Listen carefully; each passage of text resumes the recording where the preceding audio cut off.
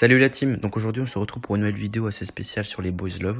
Donc je sais que pour certains ou certaines ça va vous paraître bizarre, mais bon c'est un nouveau concept que je voulais vraiment vous faire partager parce que ça fait quand même depuis un moment que j'en regarde et je voulais faire partager mon avis, mes critiques, les points positifs, les points négatifs, et enfin bref. Et donc aujourd'hui on s'attaque sur le boys love Color Rush, ce qui donne en français la ruée des couleurs. Pour commencer je vais vous résumer le drama dans un premier temps, ensuite je vous dirai ce que je pense des personnages, et enfin, les points négatifs et les points positifs. Ou l'inverse, peu importe. Color Rush est un drama coréen sorti en 2020, première diffusion le 30 décembre, donc il comporte 8 épisodes d'environ 15 minutes. Je vais vous faire voir du coup la bande-annonce, malheureusement il n'y aura pas de sous-titres, ce sera que en coréen, mais bon, vous aurez peut-être un petit aspect, vous voyez ce que je veux dire. 회색의 세계 나는 모노다. 난 그냥 혼자가 편해. 모노는 원래 혼자잖아. 근데 너 되게 예쁘다. 모노랑 얽히지 않은 게 좋을 거야. 모노가 프로브를 만나면 집착하게 된다. 나라고 안 그럴까? 바다색이야. 색이 점점 사라져. 얼굴 보여줄까? 필요 없어. 준우! 너 화내는 것도 예쁘네! 연우는 매우 각별하니까 알려줄게. 너랑 같은 공간에 있으면 불안해. 나 좋아하는 마음 생겨서. 너는 왜 도망가지 않니? 모노를 만났으면 도망가야 한다고 바보야. 연우 넌 어떤 색을 가장 좋아해? 고유한 원의 색에서 캐러멜색으로 변하던 고윤의 눈동자가 지나치게 아름다웠던 탓이었다. 내가 너의 색이 되어줄게.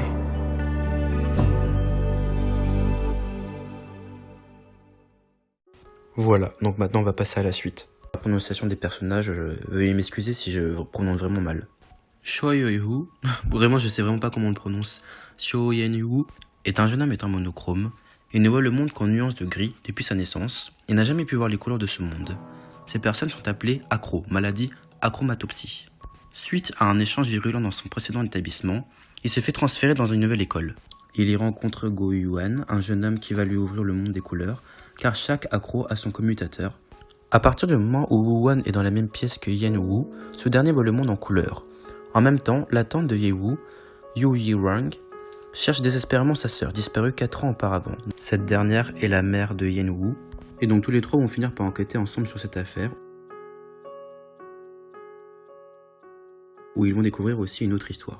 Un drama rempli de mystères, d'amour, de fusion. Cho Yen-woo est un personnage à qui je dois du respect. La maladie dont il est confronté chaque jour de sa vie est un combat au quotidien. Le jeune homme s'est néanmoins relevé de son lourd passé et a découvert l'amour grâce à Go Yu. Donc autour de Go Yu, c'est un personnage qui peut paraître mystérieux, peut-être malveillant avec son masque, mais lorsqu'on observe ce garçon de plus près, on découvre un humain très ouvert d'esprit. Il souffre de prosopagnosie, maladie qui correspond à une difficulté ou incapacité à reconnaître les visages. Finalement, l'un est la moitié de l'autre. Ils se complètent. Je note l'absence de tendresse, moment mignon, mais bon, ce n'est pas le plus important. Donc si vous voulez un drama où il y a plein de bisous, câlins et tout ce que vous voulez de mignonnerie comme je ne sais quoi, et je ne vous conseille pas de le regarder celui-là. Voilà. J'ai beaucoup aimé ce décor d'illustration des couleurs et surtout le bleu qui est vraiment bien représenté. Et donc on insiste à plein de nuances. On apprend en fait à voir d'autres couleurs. Les musiques sont magnifiques, surtout celles où Choi Yeon-woo voit apparaître les couleurs et c'est vraiment magnifique. Même si ces maladies ne sont pas fréquentes, voire rares, en parler est une bonne chose. Nos différences sont humaines et c'est ce qui nous rend plus forts. Voilà, c'est terminé, donc j'espère que ça vous a plu. Dites-moi dans les commentaires s'il faut améliorer des choses, ou au niveau du son, est-ce qu'il y a quelque chose qui va ou qui ne va pas.